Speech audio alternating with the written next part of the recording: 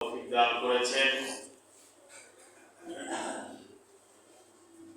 সকলেই আল্লাহ একবার আল্লাহ পাকের শুকরিয়া আদায় করি আলহামদুলিল্লাহ।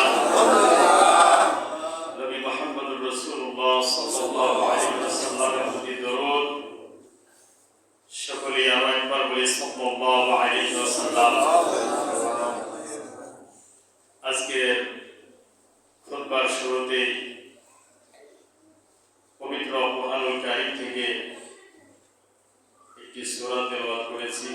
সূরাটির নাম হচ্ছে সূরাতুল মাউন। এই সূরাটিতে একটি রুকু এবং 7টি আয়াত রয়েছে। পবিত্র কুরআনুল কারীমের 107 নম্বর সূরা।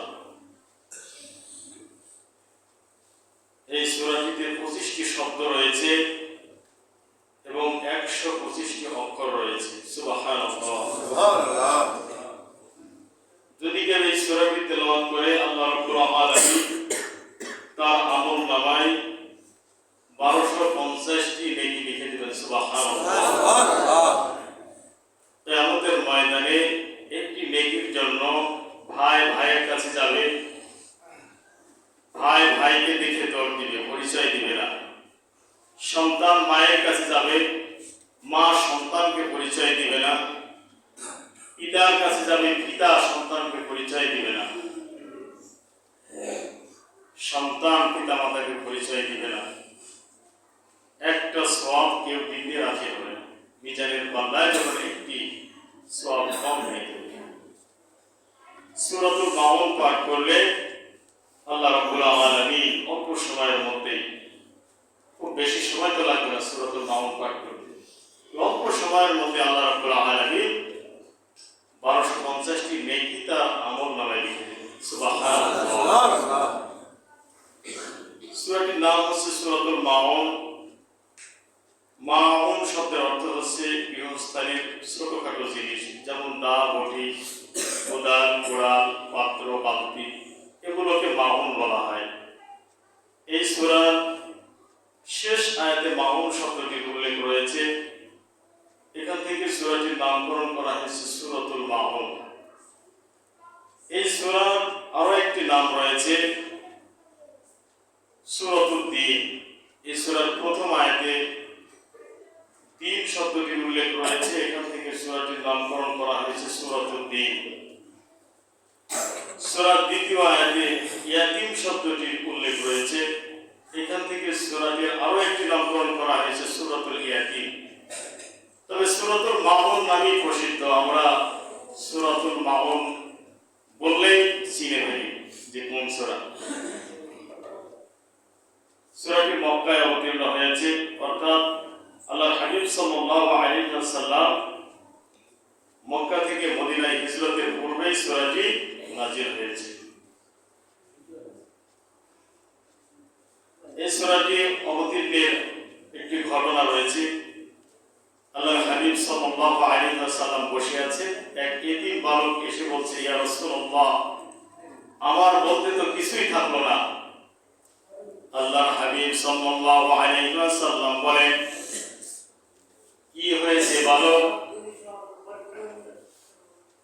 ওই এতিম বালক বলে, ইয়া রাসূলুল্লাহ, আমার পিতা ইন্তেকালের পূর্বে তার সম্পদগুলো আবু জেহেলের কাছে রেখে গেছে। আবু জেহেল সেই সম্পদগুলো আর দিতে চায় না, ধাক্কা দিয়ে তাড়িয়ে দেয়, আমাকে অপমান করে, রূঢ় করে তাড়িয়ে দেয়।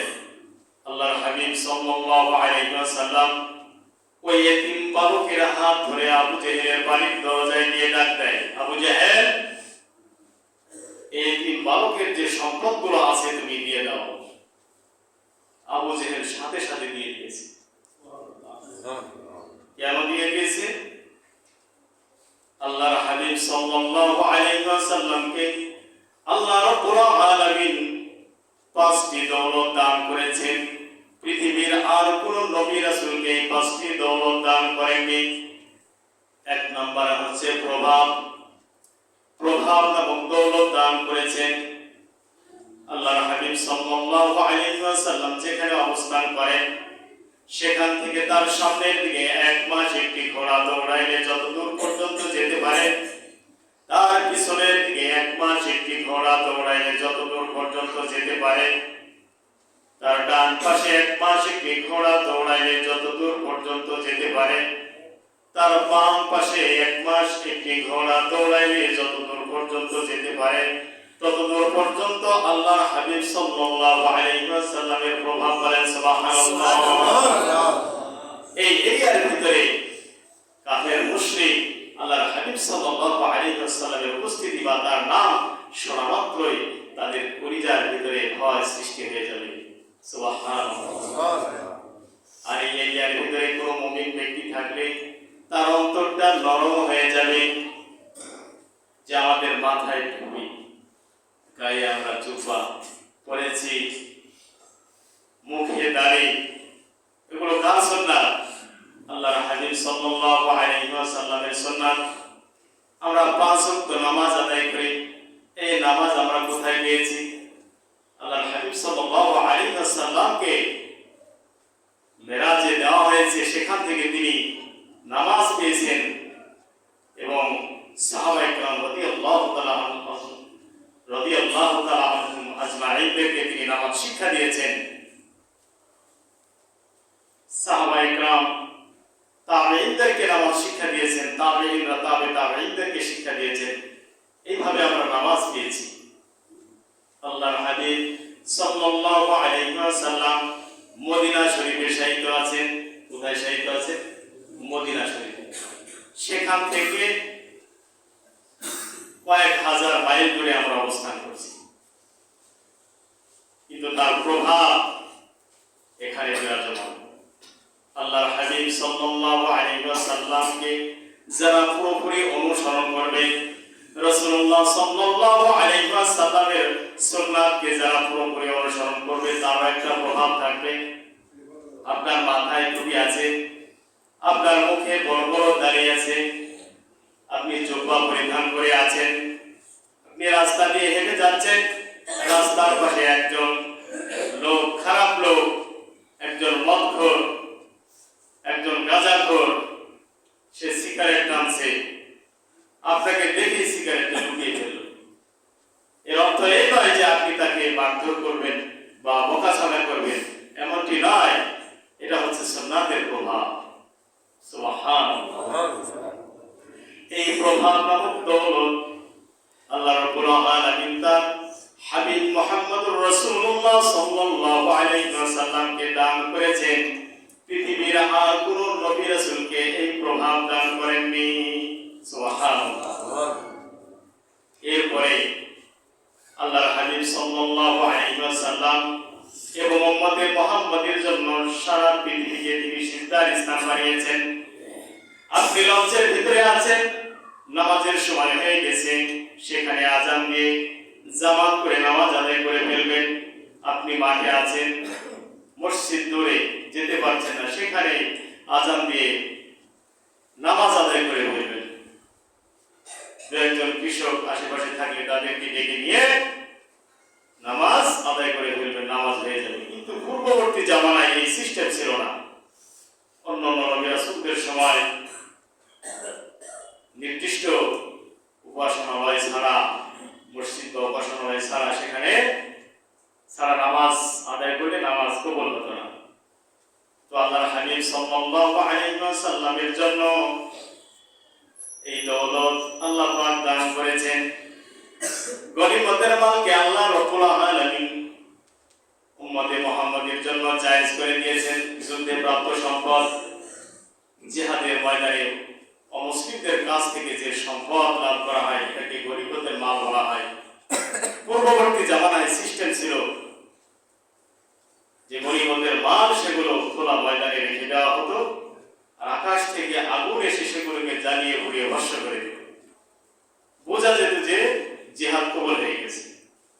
আর যদি আকাশ থেকে আগুন এসে না এসে ওটাকে জ্বালিয়ে পুড়িয়ে ভস্ম করে না দিত, তাহলে বোঝা যেত যে জিহাদ কবুল হয়নি। কুরবানির ক্ষেত্রে একই সিস্টেম ছিল। এই সিস্টেমটা মুহাম্মদ রাসূলুল্লাহ সাল্লাল্লাহু আলাইহি ওয়াসাল্লাম এবং উম্মতে মুহাম্মাদের জন্য আল্লাহ রাব্বুল আলামিন চেঞ্জ করে দিয়েছেন, গনিমতের মালকে খাওয়া আমাদের জন্য জায়েজ করে দিয়েছেন। বলেন সুবহানাল্লাহ। অন্যান্য নবী রাসূলকে আল্লাহ রাব্বুল আলামিন একটা এলাকার নবী করে পাঠিয়েছেন, কাউকে একটা গোত্রের নবী করে পাঠিয়েছেন, কাউকে একটা পরিবারের নবী করে পাঠিয়েছেন। আমাদের নবী মুহাম্মদুর রাসূলুল্লাহ সাল্লাল্লাহু আলাইহি ওয়াসাল্লামকে সমস্ত কোল কায়নাতের নবী করে পাঠিয়েছেন। বলেন সুবহানাল্লাহ। কিয়ামতের ময়দানে সমস্ত মানুষ যখন ইয়া নাফসি করতে থাকবে, সমস্ত জিনগুলো যখন ইয়া নাফসি করতে থাকবে, তখন আমাদের নবী মুহাম্মদুর রাসূলুল্লাহ সাল্লাল্লাহু আলাইহি ওয়াসাল্লামকে শাফাআতের অধিকার দান করা হবে। সর্বপ্রথম আল্লাহ রাব্বুল আলামিন তার প্রিয় হাবিব মুহাম্মদুর রাসূলুল্লাহ সাল্লাল্লাহু আলাইহি ওয়াসাল্লামকে শাফাআতের অধিকার দিবেন। আল্লাহ রাব্বুল আলামিন পাহাড় রূপ ধারণ করা অবস্থায় তার প্রিয় হাবিবের দিকে বারবার রহমতের দৃষ্টিতে তাকাবেন, বলবেন, হে আমার প্রিয় হাবিব, আপনি মাথা উঠান, আপনি সুপারিশ করুন, আপনার সুপারিশ কবুল করা হবে। আল্লাহর হাবিব সাল্লাল্লাহু আলাইহি ওয়াসাল্লাম মাথা উঠাবেন, সুপারিশ করবেন, যাকে সুপারিশ করবেন সে জান্নাতি হয়ে যাবে। সুবহানাল্লাহ। কিছু কিছু মুসলমানের দিক থেকে রাগ করে মুখটাকে ফিরিয়ে নেবেন তার গুনার কারণে। এই আজকে শুক্রবার আমরা জুমার ফরজ নামাজ আদায় করে কিছু মুসল্লি আছি যে পরে যে 4 রাকাত সুন্নাত, এটা কিন্তু জরুরি সুন্নাত, সুন্নাতে মুআক্কাদা, যেটাকে আমরা বাদাল জুমার 4 রাকাত সুন্নাত বলি। অনেকেই এটা আমরা পড়ি না, চলে যায়। এই 4 রাকাত সুন্নাত কিন্তু জরুরি। আমাদের ময়দানে সুন্নাতে মুআক্কাদা খেলাফ করার কারণে আল্লাহর হাবিব সাল্লাল্লাহু আলাইহি ওয়াসাল্লাম যদি আপনার দিক থেকে রাগ করে মুখটাকে ফিরিয়ে নেন, আপনি কি জান্নাতে যেতে পারবেন? কখনোই যেতে পারবেন না, তাকে জাহান্নামে যাওয়া হবে। এই জন্য আমরা জুমার ফরজ নামাজের পরে 4 রাকাত যে জরুরি সুন্নাত রয়েছে, সুন্নাতে মুআক্কাদা, এটা আমরা অবশ্যই আদায় করব। এরপরে নফল যা আছে যারা পারবো আদায় করব। অন্ততপক্ষে 4 রাকাত সুন্নাত অবশ্যই আমরা আদায় করব। আল্লাহুম্মা সাল্লি আলা সাইয়্যিদিনা মাওলানা মুহাম্মদ ওয়া আলা আলি সাইয়্যিদিনা মাওলানা মুহাম্মদ। এই প্রভাব নামক দৌলতের কারণে আবু জেহেল ভয় পেয়ে গেছে, এতিম বালকের সম্পদগুলোর সাথে সাথে দিয়ে গিয়েছে। এই ঘটনাকে কেন্দ্র করে সূরাতুল মাউন অবতীর্ণ হয়েছে। আল্লাহ রাব্বুল আলামিন বলেছেন, বিসমিল্লাহির রাহমানির রাহিম। আরাআইতাল্লাযী ইউকাযযিবু বিদ্দীন।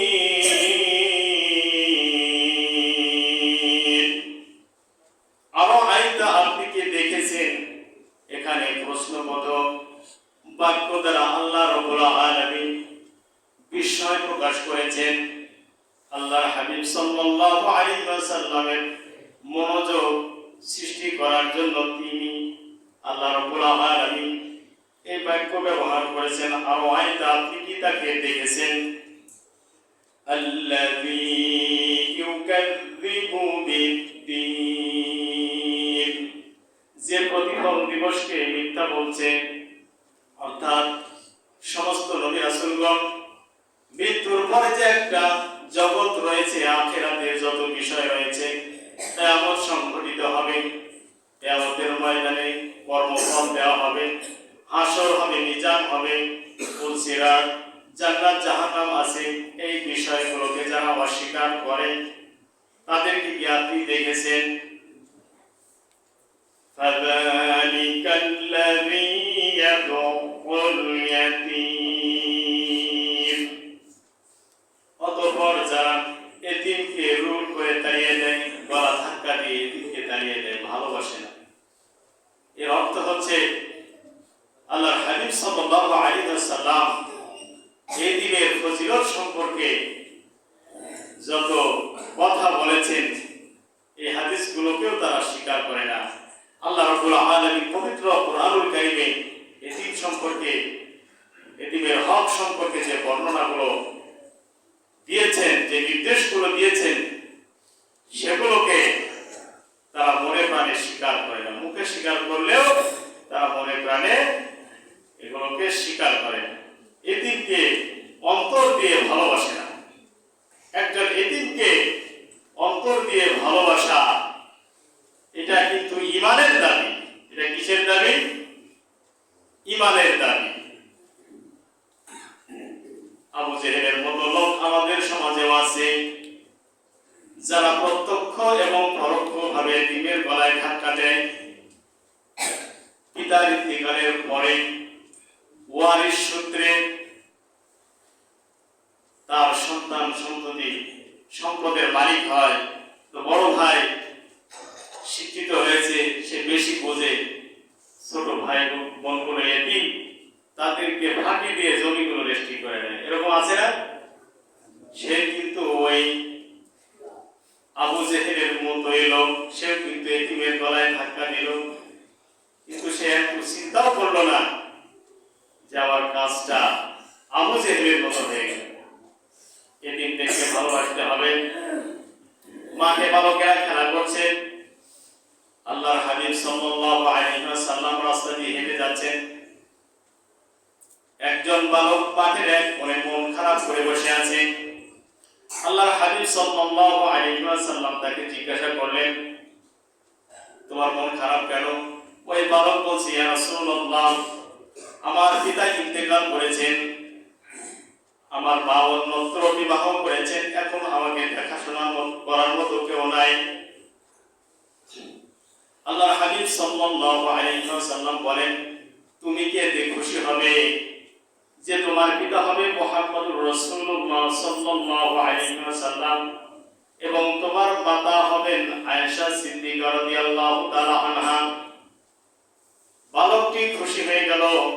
আল্লাহর হাবিব সাল্লাল্লাহু আলাইহি ওয়াসাল্লামের হাত ধরে আল্লাহর হাবিব সাল্লাল্লাহু আলাইহি ওয়াসাল্লাম তাকে বাসায় নিয়ে গেলেন। আম্মা জান আয়েশা